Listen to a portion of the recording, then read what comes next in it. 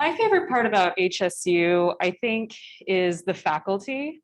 I have had some incredible professors, and they're all very interesting people. Everybody I've met in administration is also wonderful. Yeah, the people. Yeah. For me, I would say definitely the environment. Having the forest around me is awesome, but I would definitely also say just the amount of the LGBT community around here has definitely made me feel safe. Coming from Southern California, I've been in lots of really unsafe spaces, and coming up here, I haven't had very many issues at all. It's been really nice. For me, definitely the nature is one of the big things, but I think what really makes the school amazing is like the academic centers that it offers a ton of different stuff that everybody should get into right away, like Intercept and the cultural centers. They're really amazing, and the people really do help you. They'll get you into other programs, and they'll really put you where you need to be, and make sure you reach your goals. Would you like to tell them what the Intercept is? Yeah. So Intercept is actually where I work. It's the Indian Natural Resources for students in STEM, and plus any other minorities. Pretty much, we have counselors that you go and talk to, and they would see what they could do for you in the sciences, like get you involved in any research. Also provide academic assistance if you need it, and it's just it's like a house, so you can go there and study, and or you can just chill out over there. So yeah, I really miss the barbecues on Friday yes. afternoon. They used to be really good food there. Yeah, Intercept is an awesome place. Thanks for sharing that. All right, we have some other questions. Yeah. What's one thing that you wish you had known at the beginning of your time here at Humboldt that you now know? Great question. So definitely the cultural centers. I wish I had gotten involved with them earlier. Other than that, I think more research and talking to your professors more. Like obviously you can have a good relationship with your professor, but you should ask them what they're doing for research and figure out what they're studying, so that maybe you can work with them and you can explore more of what you want. And yeah, I guess explore more about yourself. Yeah, I honestly agree with Julian on that, especially going into research. It's really a good idea to focus on your professors and to understand what they're working with. I definitely wish that freshman year I looked into that a little bit more.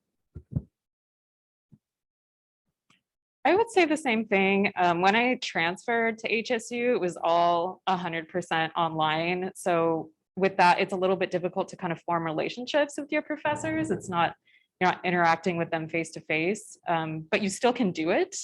And I wish I had more, because when I started is kind of when a bunch of doors started opening for me. I also work in research here on campus. Yeah, I would also say the same thing. Mostly, I think, because more classes are going to be in person too. I would definitely take that opportunity to, like, say after class, kind of just walk up to them, ask questions. Even if you know the questions, just ask. Just get to know your professors and your classmates. I would suggest making like study groups and stuff like that, and yeah, make good friends. Yeah, I'd just like to sort of double down on a couple of these themes. One was getting to know the folks in student services centers, tutoring centers and the like. And yes, definitely. But I could not personally come up with a better piece of advice than to get to know your professors, right? Which may mean going to their office hours or introducing yourself after a class, after a lecture or something like that. But especially in the STEM field, it's so important for you to get engaged, to get involved in research projects, field-based projects, get in the lab, get in the field, start doing some of the work that you will eventually do in your careers after you graduate. Our faculty are some of the more productive researchers in the Cal State system. Or, per capita of faculty, we bring in a lot of research money, a among the highest in the CSU. That's one of the reasons why we've been recommended to be the next Polytechnic campus. Only the third of 23 campuses.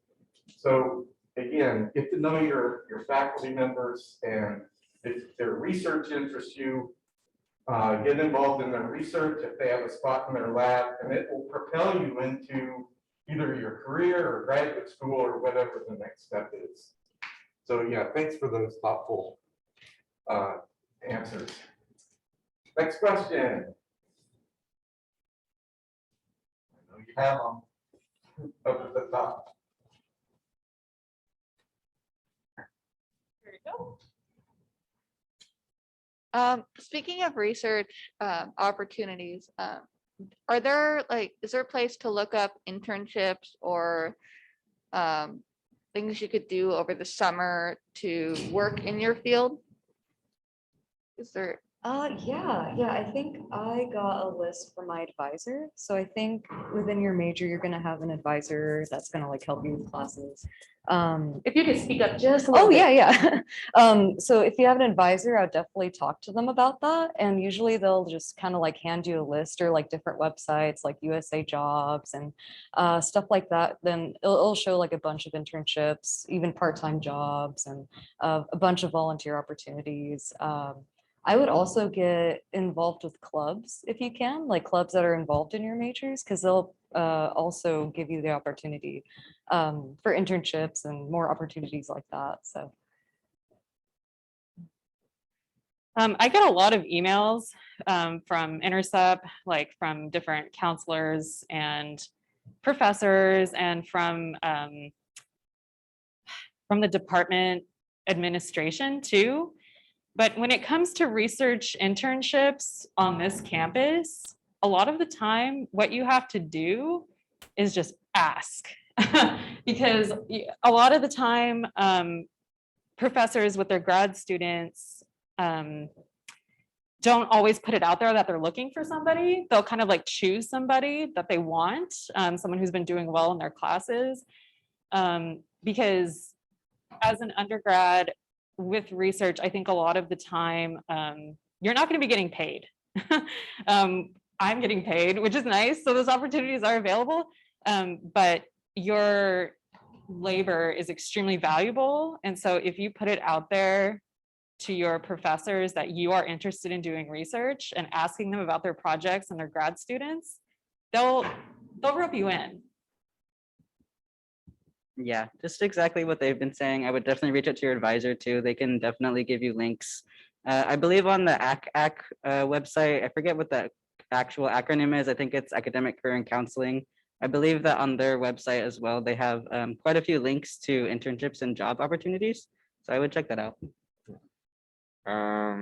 Also Google. Google, definitely go to your someone else who can help you first. But a lot of times you want to get into something a little more specific or make sure that it's just what you're looking into. And Google is really helpful for that. I would highly recommend checking out the National Science Foundation websites. They have a bunch of RUs, which are paid programs over the summer, and a lot of them will offer you housing. So you get to go somewhere else for the summer and it's just something to switch over there. So I highly recommend that. And Intercept is particularly good at connecting Yes. people with those kinds of experiences. What is Intercept? The Indian Natural Resources Science and Engineering Program. Yes. Plus diversity and stuff. Yes. That's what you're saying. There's some fabulous people that work there. Niavita Bueno Watts is the director of the Intercept office. Lonix Landry is on the staff there. He's the chef on barbecue day. And we can get back to that. And then Amanda Stack. They're all just fabulous and so anxious to help folks, help students like yourselves get connected. And you know, I think it's important to say anybody can be involved in Intercept. Next questions. I was talking to Lonix, and he directed me to a thing called Handshake. Does anybody know about that, or if it's a reliable thing for internships or jobs? Yeah. Or, Yeah, go ahead. Handshake is good. I think the school uses it for on-campus jobs. And I think that's how I actually got my first job. And then I know the locals used to post jobs on there, so you could find some quick jobs. But that's what I've got out of it. Yeah, the same. Yeah, I've definitely gotten internship opportunities from Handshake. I've gotten job opportunities. Yeah, just from local ones and also from on campus. That's basically, it's a good spot to find. Yeah, pretty much that. Yeah, it's great for mostly like on-campus jobs and yeah, and they'll keep posting and posting. So it's a good place for sure. Yeah, and I'll put in a plug too for the Marine Lab. We hire several students throughout the year to help take care of the animals, take care of the lab function, that sort of thing. But primarily, you learn about animal husbandry of marine organisms by, we have to meet federal regulations in terms of standards of care for animals that we maintain at the Marine Lab. And so we do hire a number of students to help do that. So if you're interested in marine biology, you might inquire about the job at the Marine Lab too. Also on the Coral Sea, we're going to try and have some student helpers with maintaining the vessel. So who's next? I guess I have some concerns about like prioritizing all these like different opportunities, like taking all my classes, making sure I like go to tutoring and Excel. Like I have a job, so like paying for like to be alive and stuff. And then like volunteering and like research and like trying to like do it all. I feel like a lot of pressure to figure out like to put like 100% into everything. So I wondered if any of you had experience with that and like how you dealt with it. Great question. I think since I'm still a newer student, but oh yeah, I'm still a newer student, but I was still able to become a board member for the Conservation Club my first semester and be involved in assistant research. So far it's been doable. I say go for it, like go for those opportunities for sure. Always kind of go for that yes, whenever an opportunity does arrive. And if it is a bit much, you can always kind of like back out of it. Because yeah, I would definitely prioritize your schooling and just kind of like keep that up and just yeah. But I would definitely say go for it, give it a try, and yeah, it's always good because you're always learning something from that as well. So. Yeah, by and large, the advice that I've gotten from my advisors, from my professors, from the PI on the project that I work for, is to do well in your classes, to get those really good grades. And going to a club meeting every week, you know, that's an hour or two every week. Doing an event, a volunteer event every week, that's an hour, you know. So of course you have to prioritize your job and your classes and stuff like that. But those time slots don't end up feeling so overwhelming once you get into your groove. Yeah, I would definitely say the same thing. I definitely have experience in having internships during school and also over the summer. I definitely prefer having research over the summer that I'm not dealing with classes, especially finding paid ones so that I can manage all my bills and stuff. It definitely can be a lot. As of right now, I'm the president of a club. I have 2 jobs and I'm also going to school full time, and it can be super overwhelming. But as I've been here for about 2 years now, it does get easier with managing your time and realizing what kind of schedules work for you. And it does get overwhelming, but it gets easier. Yeah, I think that's a great question because that's like what everybody here is trying to figure out. I think it definitely I think the answers vary for who you are as a person and what you like to do. So for example, for me, or obviously you should prioritize your school. I think that's bottom line. You should be doing good there first. And obviously if you have to work and take care of your bills, you have to do that. So that's how I started off. I just worked and did school and made sure that I kind of got into the rhythm of college classes. And then after that, I started adding on more and adding on more. I think the problem that you do run into is you might add on too much and it's kind of hard to know when to stop and when to give yourself a break. But yeah, I think I suggest like starting a little slow, exploring your options like research and stuff like that, just doing little stuff, maybe not just joining a ton of things at once. But yeah. One kind of general rule of thumb that you could follow is for every hour you're in class, you should probably spend another 2 hours studying and working on classwork, and so that, may go up and down depending on the density of the assignments, right? If you have a project, you might definitely have to spend 2 hours outside of class for every hour, sometimes maybe a little more, sometimes a little less, but in general, 2 hours for every hour you're in class. And if you're taking 12 units, that's still less than a full-time job, right? It's about 36 hours. And your capabilities the best and how, what sort of time that you may need to spend for you personally. But there's a general rule of thumb for it. Okay, next question. Okay, so I am a forestry student, but marine biology is really cool. I was wondering if there's any opportunities to come just visit or see what's going on in the marine biology lab. Yeah, absolutely. If you'd like to email me, my email is rick.zechman, ZECHMAN, at Humboldt.edu. You can find me on the Marine Lab website. There's a director's welcome if you can't remember how to spell the name. But I'd be happy to show you around. That goes for anybody. And right now we're closed to the general public. Only Humboldt State faculty, staff, and students are out there now. But sure, feel free to contact me. Be happy to show you around.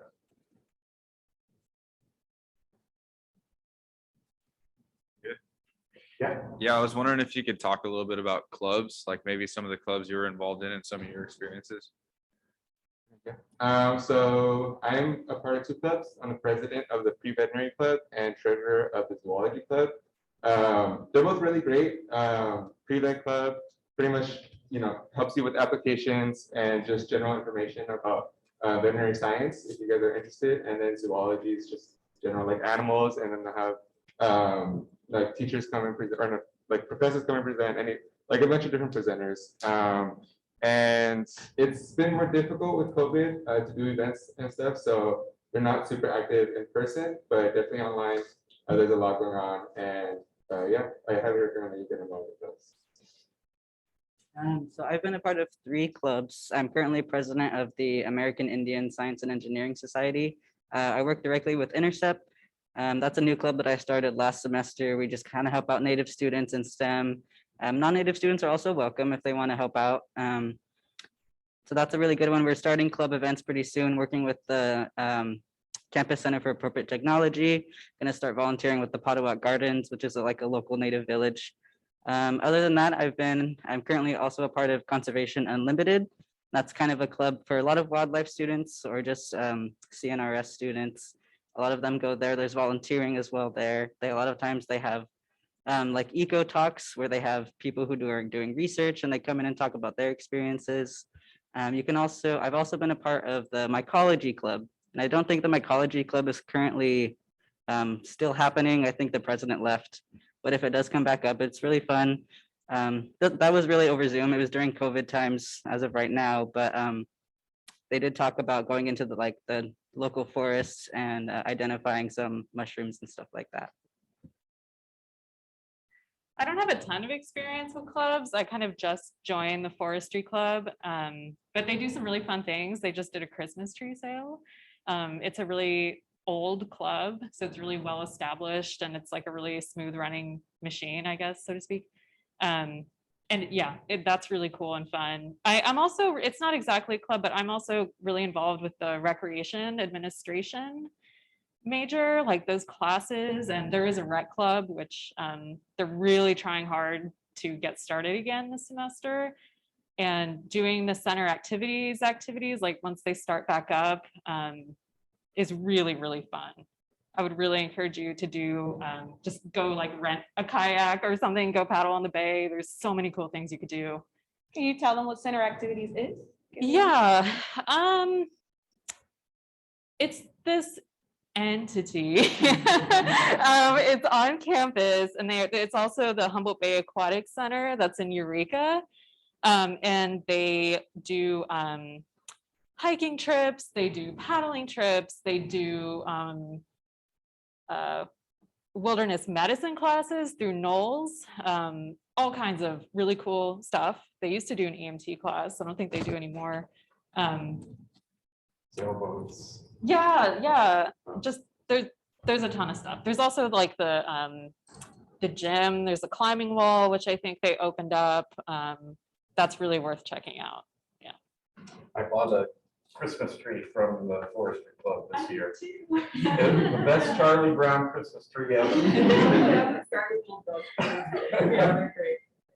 Well, I'm also part of the Conservation Unlimited Club. I would say, yeah, that's going to be really cool because I think this next semester we're going to definitely try to go on like more hikes and stuff like that. So I would suggest like the rec club and like forestry clubs and stuff like that. I'd recommend joining because they're for sure going to go out and like show you things. And again, like I hear that you could also kind of find like scholarship opportunities and internship opportunities through clubs. So yeah, I'll definitely look into that. There's an awesome website in Humboldt, a Humboldt website for the clubs, and you could look at all the descriptions and stuff like that. And we have a bunch that are awesome. So yeah. So for you guys who've worked on campus, is there any like advantage to working on campus versus off campus besides like the convenience factor of it being like walking distance or closer to wherever you're living? Yeah, I'm about to work on campus soon, so I don't have too much experience, but I like how they put my schedule into consideration. So that's as much as I can say. So super cool. Yeah, so I work as a research assistant here on campus for a grad student, and I'm actually working today. This is my break, and then I'm going to go back. So there is the convenience factor of just being able to kind of go in and do a couple hours of work between your classes and things like that. But I would also say you just run into a lot of people. Just this morning, I was asking another faculty member who I've never taken any of her classes, but she's done research and things that I'm really interested in. So you get to know people. Yes. Good connections on campus. Yeah. I work at Intercept, and definitely I would say they go around my schedule. That makes it really, really easy for me to walk in back and forth on campus, get into class, but also being able to not have to shuffle and try to get off campus to work, especially as someone who doesn't drive. So that's been really convenient. Definitely making connections. I've met so many wonderful people at Intercept. It's gotten me so many places. I was able to form my club from starting work, and I definitely am getting so many internship opportunities just from working on campus. Yes, it's definitely been helpful. Yeah, I agree. The convenience of just working on campus is amazing. Especially because I've never had an issue where they've asked me to choose my work over classes. Like they always know that that class is more important. So I've done off campus, or I'm currently working an off campus job too. And it's a little more difficult because I can't, I can just go there after class, or it has to be feels more like an event to go there as compared to an on campus job where you could just show up with your backpack and then, yeah, just do whatever work you need to do. So I highly recommend it. I also didn't want to ignore the folks on Zoom in case they have any questions too. There is more than Kamiko on there. Yep, there's 15 students and there's no questions in the Q&A right now, but if you have questions, you can put them in the Q&A and we will ask the students who are present. So yeah, that's awesome.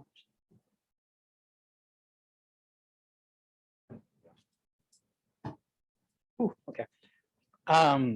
This is kind of similar to the club question I was asked before, so sorry if this is redundant, but are there any clubs you guys took that you feel really added to the types of things you wanted to see and experience with your specific major? And how important would you say joining and maybe even creating different clubs, like how important do you think that's been to really adding to your experience here?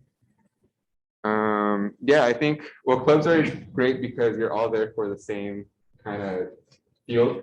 So I think that instantly helps you relate to other people and make friends and stuff. and share your experiences, I guess, that you've had in the fields, and also to find new opportunities together. Yeah, also, yeah, you should definitely make a club if we don't have something here, then go ahead for it. I started the prevent club. So it's not, it's a good process, but definitely worth it in the end. So I highly recommend it. Yeah, I would say that every club that I have worked with or been in has been beneficial. Conservation Unlimited definitely has been very helpful. We had a couple of weeks ago, there was an Arcata marsh walk where we walked around the marsh and talked about the wildlife we were seeing, and that was super beneficial for me to help me to understand what I'm looking at and what's around me and what I might be interested in a future career. Julian and I went to recently with my ACES club and Intercept, we went to a science camp, an indigenous science camp, about a half hour up. And both of us met so many indigenous STEM scientists. And that was super, super helpful for connections. And if I wasn't a part of Intercept and if I didn't form the ACES club, I probably wouldn't have been able to meet anyone. I would say any club involvement looks really great on your resume. If you can take ownership of even just like one event or helping out with events or creating your own club, that really shows initiative and a willingness to kind of really delve deep into your major. And it's really difficult to overstate the value of getting to know the people who are also in your major, or even people in other majors. You know, there are people who aren't forestry majors in forestry club. Like, yeah, I really think you should do it. I wish I had done it sooner. Yeah, I think because it definitely adds to your like friendship circle and it adds to your opportunities. And not only that, but I think it definitely adds your knowledge like to your major as well. Like say like for the wildlife or conservation club, we'll do like trivia nights and stuff like that. So like it'll be things you learned in class or things you're gonna learn next semester. So just little things like that. So yeah, definitely adds to all those aspects.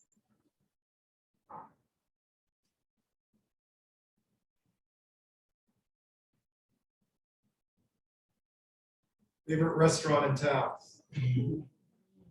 Good stuff. I do like the food at Red Curtain, I think it's called Red Curtain. Redwood Curtain. Redwood Curtain, yeah, there you go. It's a brewery. Yeah. But they have a food truck out in the back that's really good. Super good, super good. I love their garlic dip. In Arcata, I would say Jaffe's. But I think the best restaurant in the Humboldt Bay area is Annie's Cambodian. That's in Eureka. You got to go. Definitely a lot of places that I like to go, but as a vegan, I would say that Wildflower Cafe they have so many options for vegan and vegetarians. I'm pretty sure it's a complete vegetarian cafe. Lots and lots of good food, great mac and cheese, great sandwiches, a little pricey, but it's good. How about Phoenix? Yeah, Phoenix is good too. Cafe Phoenix. Yeah. If you're looking for something that's not super expensive but amazing, Rita's. I highly recommend it. It's Mexican food.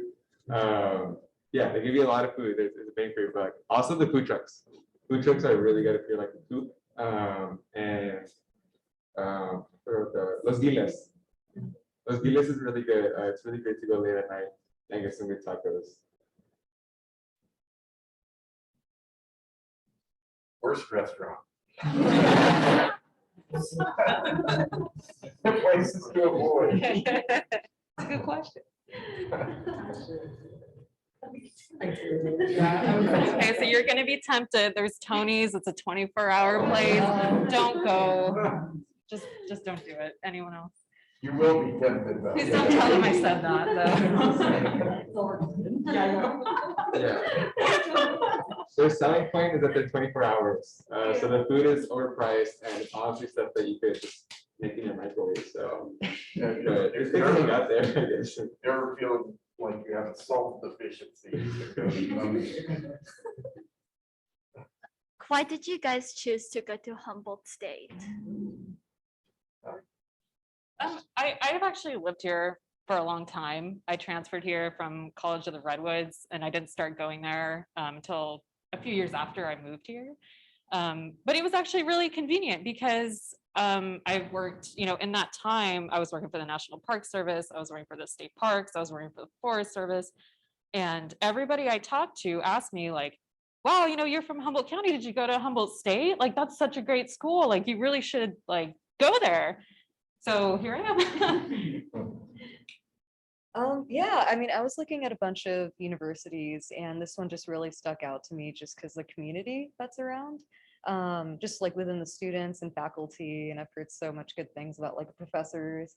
And yeah, and just the fact that we have the environment around us is just kind of like a hands-on plus, if you will. And I hear the university itself has like a good calling with like between other universities and companies will kind of seek out students from Humboldt, just because, yeah, they're very well put on their hands-on experience and yeah, and just exploration. So it was everything in one package for me. So yeah. I would definitely say for me, it was just the environment. I've always been really attracted to the redwood forest. I knew that I wanted to have a career that was sustainably focused and something that was with wildlife, and just seemed like the perfect school. And I also really just wanted to get away from Southern California as far as I can, but also staying in California.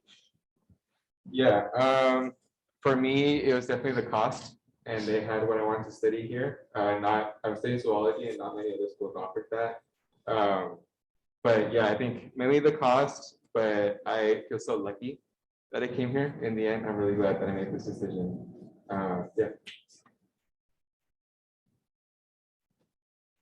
Speaking of careers, what do you guys plan on doing with your degrees once you graduate? If you Yeah, know so yet. I'm hoping to be a veterinarian. I'm hoping to be a wildlife biologist, plan on doing research, maybe working with endangered species or working with human impacts and climate change and stuff and how they affect wildlife. Yeah, I definitely also want to go to grad school, maybe not right away, but I'm super into research and want to do that. But I also, like I mentioned, I've worked for government agencies before. And if you can intern or get a summer job with any of the agencies around here, you really should do it because they're really great to work for.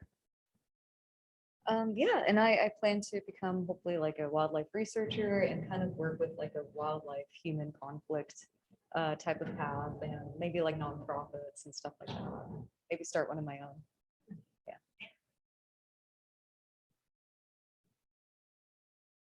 Yeah. Does Humboldt have a lot of opportunities to connect with some of those government agencies we work with, for example? So like, forestry service, something like that.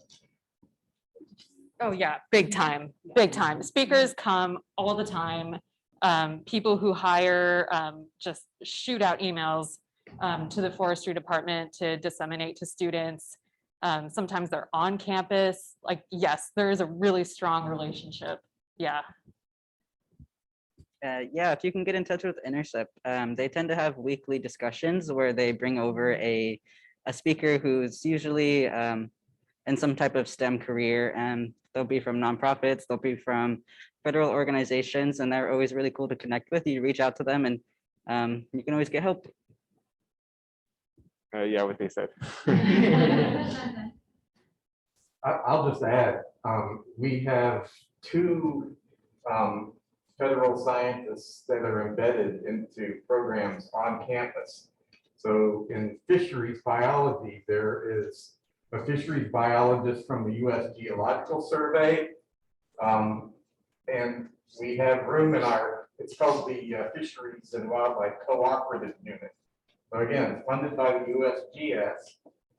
They're stationed on campus. They teach one class a year or so at their expense, sort of in exchange for being able to use the facilities on campus. And then at the Marine Lab, we have a NOAA scientist, Eric Yorkstead, an incredible scientist. He uses the RV Coral Sea. They go on cruises on what we call the Trinidad Headline. It's basically a oceanic transit that starts at the Trinidad Head and goes 30 or 40 miles offshore. And they're looking at phytoplankton and zooplankton populations, mostly for juvenile fish, larval fish, and looking at dynamics of upwelling phenomena on the coast. So yes, what they said, the U.S. Forest Service is right up behind us, right, in a building that was actually owned by the university. I think we rented it out for $1 for 10 years or something. But they are a tremendous resource too. So not only do we have a lot of folks who are involved in grants and research with these federal agencies, but we actually have them right on campus. Could I add something to that? What's that? Could I add something to that? Yeah, please. For a bunch of the clubs as well. Oh, thank you. For a lot of the clubs as well, if they do have speakers and scientists, they would usually like leave their email and stuff. And I would recommend to take that and ask questions, and that's how you could connect with them as well, through those speakers that come. Yeah. Yeah. I was wondering if there was any courses that you guys could recommend, either like science related or something else that you've taken that you're just like, oh, it was life changing. I think everyone should take it. I didn't hear the question. I think because of course it depends on the major and stuff like that. If you're in wildlife, 311 is going to be great. Ornithology is going to be really, really fun. So that's like the bird class. They'll take you to field trips and stuff like that. But yeah, if it's like a random like science class, I'm not too sure. I would definitely ask like your advisor about that, like kind of which one you're interested in, and they'll let you know. Yeah. Yeah, it does depend on your major, but as part of the forestry major, you do take an ESM class, a couple ESM classes, and one of my favorites was environmental conflict resolution. It really puts a human face on a lot of the issues that, you know, the scientific field kind of comes across. So that's a great one.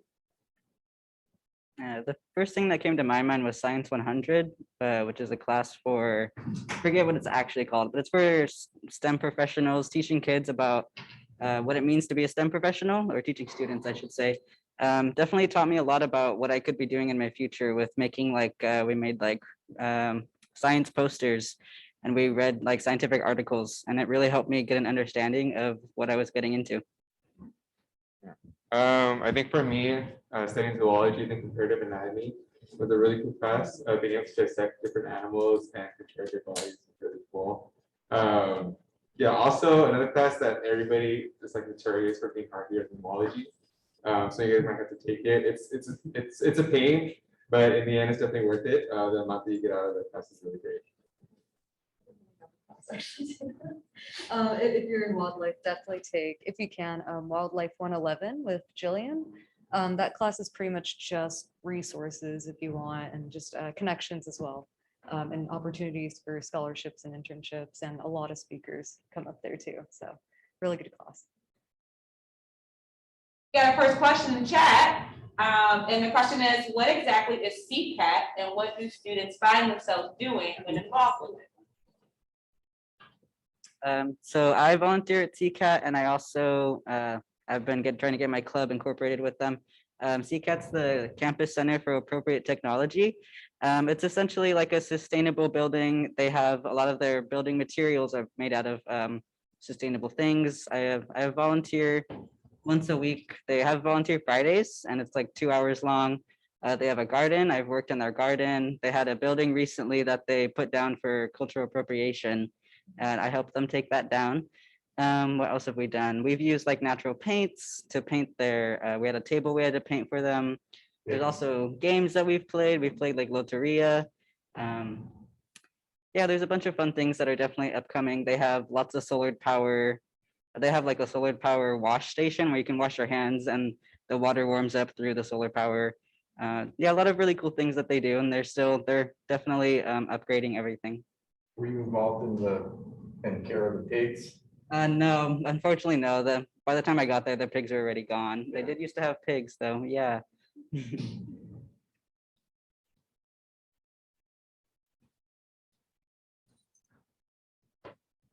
Coming your way. We have about, as I transition over here, We have about 10 or so minutes left. So if there's any questions that you have burning that you want our amazing students or associate dean to answer, you have about 10 minutes to get those. In the marine biology lab, is anyone studying coral bleaching? I didn't hear the question. In the marine biology lab, is anyone studying coral bleaching? Did you say, does anyone study coral reefs? Bleaching. I'm sorry. Bleaching. Coral bleaching. Coral research? Oh. I'm hard of hearing, obviously. The short answer is no. But if you have a specific project that you would like to work with, and you identify the faculty member who is most closely related to that area, and for that, I would suggest that you talk to a faculty member, Sean Craig in the biology department. He's the invertebrate zoologist in the department. I'm sure he'd be happy to talk to you about coral bleaching. Okay, thank you. Yeah. Something my advisor once mentioned was taking community college classes over the summer, like to get some of my requirements out of the way. Do you guys have any experience with that, or like recommend doing that, or like maybe over internships or something like that? Yeah, I haven't taken one yet, but I've been debating taking one over this summer. I definitely know that it's a cheaper option than having to take classes here. There's lots of people who go to like College of the Redwoods or further down colleges, just any community college, really. You just got to make sure that the credits transfer over. I have not done that, but I just want to say College of the Redwoods is a fantastic college, and anything you do there will be great class, world class. Yeah. You've never done it. Okay. Yeah. So if you're taking on like a minor or I guess another major, I highly recommend doing the summer courses. So I pretty much did a lot of my GEs like math up at my local community college back home. Just because I felt like, you know, math is great and all, and I understand that's important. But I think I really want to focus on science up here. So I highly recommend doing that to get them on the way. Also, a lot of them like are online, or I don't think they're as difficult to do it at community college this year.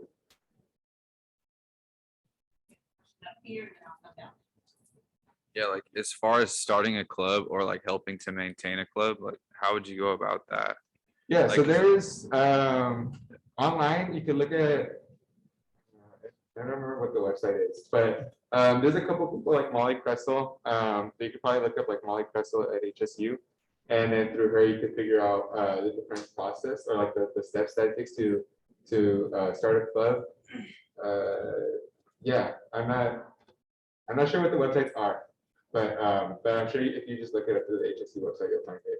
I got you on that one. SLES, Sam, Larry, Edward, Sam, SLES.humboldt.edu. And when you get to that website, it's SLES, it stands for Student Life and Event Services. And when you get there, you just look for the Office of Student Life for Clubs and Organizations, and it'll pop right up. And it has all the requirements of how to start an organization. And I believe it's just you plus like 3 other students in good standing currently enrolled. And it's actually fairly simple. Like you say, like the mythology club, like that's something I'm really interested in. Concepts that you're in, so. Build off of that. Yeah, I definitely think that you should bring it back up. There's definitely students who are interested. It's just that the president graduated and nobody else was able to take it over because COVID made the club really, really small. But I definitely think you should bring it back up. And I would definitely check in, try to get some resources. There might be some leftover resources from the club. So you can get some information. Yeah, I know that there is a Mycology Club Discord. If you can get plugged into that, there are definitely resources and like operational continuity stuff. So if you're interested, maybe you could give them the email addresses. You can get my information. I can send it over to you. There's also a Humboldt Bay Mycological Society. It's like $20 to join for the year, and they do like outings twice a month. And like, there's Humboldt graduates in that group, so they take you to like this forest that this guy like bought forests for fun, and like they have access to those like private forests through the Mycological Society. Cool. Yeah, the mycologist on staff here, Dr. Terry Henkel in the biology department. He's a a world-class scientist. And he and I actually overlapped at Duke University when we were both younger. But I would, you know, he's a great resource to my college. I just had a comment on the mycology thing too. There's protecting classes at CR. I used to have class at CR with Maria Morrow. I think she studied here at Botany, but they have it. I'm assuming next fall as well. They have a really great Russian class with identifying and taxon. Maria Morrow is amazing. She was my botany professor. Yes. Great teacher. I'm sorry, what was her name? Maria Morrow, she teaches environmental science and the mushroom class in the fall. She teaches botany. Yeah, really great professor. She graduated from HSU. All the resources, love it. She's leading mushroom walk next month. Nice. Got another question over here? Yeah, I know that there are sometimes like dissections of like animals from that have been given to us, but from one source or another. I don't think that's a forestry related thing, but it's something I'm kind of fascinated by. Is there a way to attend those, even if you're not part of the program or class or anything like that? And how would you know? I would recommend that you talk to the faculty member in charge of the class, that like comparative anatomy, Dr. Rice in the biology department, I think who teaches that class. So, yeah. I'm sure they'd be happy to help you out on that if you're interested.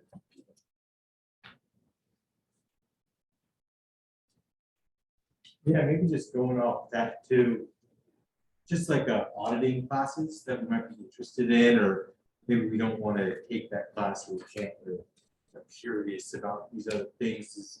Would you suggest the same thing as kind of talking to professors? Yeah, you know, you would have to do that anyway, I think. And it would largely depend on, you know, whether there was space in the class, you know, for you to attend, especially in a laboratory class. But yeah, just talk to the faculty member. Most people are pretty open for, you know, to accommodate folks who are interested in different subjects. So yeah.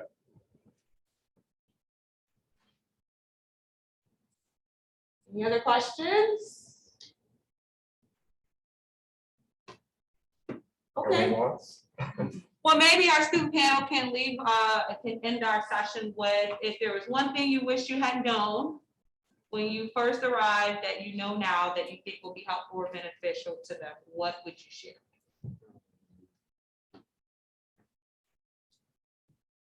Communication with staff and teachers. Just I think that's the best advice that I could give for you. Yeah, I agree with Julian. I wish that I talked to my professors a little bit more over Zoom, you know, during COVID. It was really hard. I didn't really reach out to professors a lot. And then now I'm in a place where I've been needing letters of recommendation. And it's been a lot harder to be able to get those letters of recommendation. So I would definitely reach out to your professors. This campus is really beautiful. And if you're in natural resources, odds are you're not going to be in this part of campus very often. We kind of have a corner back there with like forestry and environmental science and stuff. So just exploring the campus while it's open. Yeah, definitely. And yeah, just hop on opportunities and yeah, definitely deepen your relationship with like faculty members and professors, of course. And yeah. All right. Anything from you? Well, I think I would reiterate getting to know your professors, finding out what your interests are, and engaging with them and see if you can work with them on research projects. You know, the point was made, those kinds of relationships are really going to help out because you're going to be asked to provide letters of recommendation from people, both employers and your instructors. And they are a tremendous resource and they're here to help you guys. And they really want to do that and bring you in and work with you and help you succeed. So yes, talk to your professors, get to know them, and that's probably the best advice I could give too. But I'd really like to thank you guys for coming. We're so glad that you're here. We look forward to the semester starting.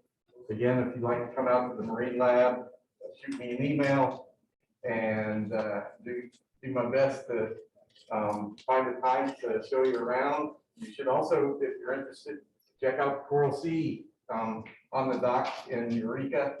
You can contact them again to the website. There's an email, rvcoralsea@humboldt.edu. And it's another campus, but you know what? I really want to thank you guys. You guys did a great job.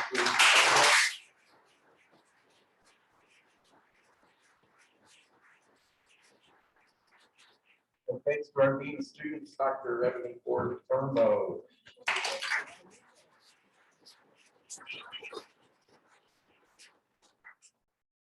Thank you so much. It's been awesome. Okay, so as you all can pack up and pack up before you all pack up, while they're getting just a quick couple announcements. So you should see I can close here. Out of your way. So we're almost at the end of the day. Should probably scroll up a little bit so you can see. Thank you so much, Rick. Oh, you bet. Appreciate you. Good to see you. All right, so you just ended your college session and you have your programs, of course. And so now we are going to go, yes, feel free to connect. We're going to leave from here in a moment and head over to Forbes Gym. A lot of you asked about clubs and organizations. Just to reiterate, the fair we're about to go to, a lot of orgs will be there. Not every single one will be. But it doesn't mean they don't exist. And then if there's something that you want to start, or if presidents graduated, it is really easy to restart those organizations. There's also different resources like campus support services, more about like housing, or if you want to know about laundry or food or cow fresh, a lot of stuff Raven talked about. A lot of that will be talked about at the student resource fair. If you are remote and virtual right now, this is your opportunity to meet with your department chairs. And so you're going to click on that virtual link, that's the remote attendance only section, and then you will just find your major and click on the Zoom link that is for you and your major to meet with your department chairs. For everyone, as an FYI, at 3 p.m. today, how many of you have used your Humboldt State email address so far, or at least logged in? Okay, perfect. At 3 p.m. today, you are going to get an email. You don't have to do it at 3 p.m., but you'll receive it at 3. And it is a survey about your orientation experience. And that survey asks about the orientation course that I asked you about this morning that you completed, as well as today.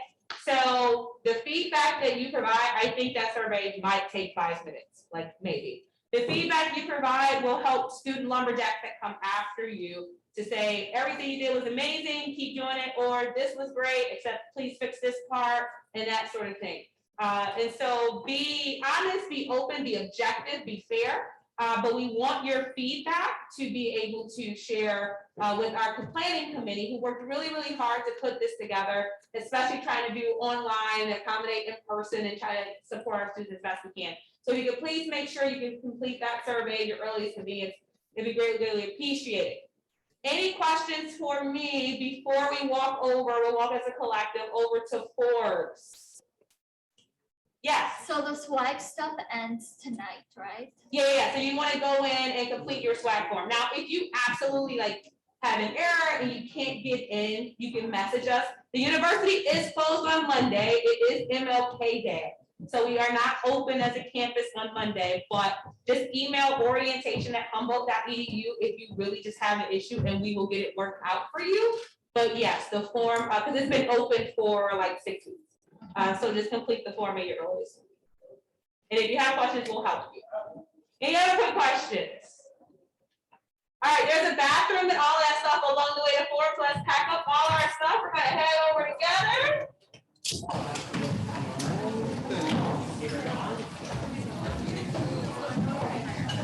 We're going to Forbes Gym.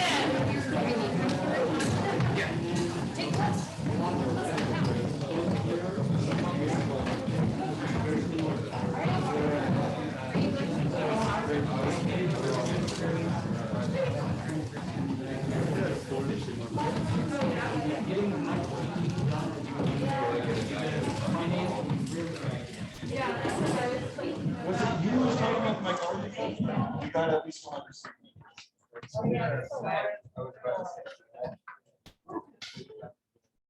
Yes.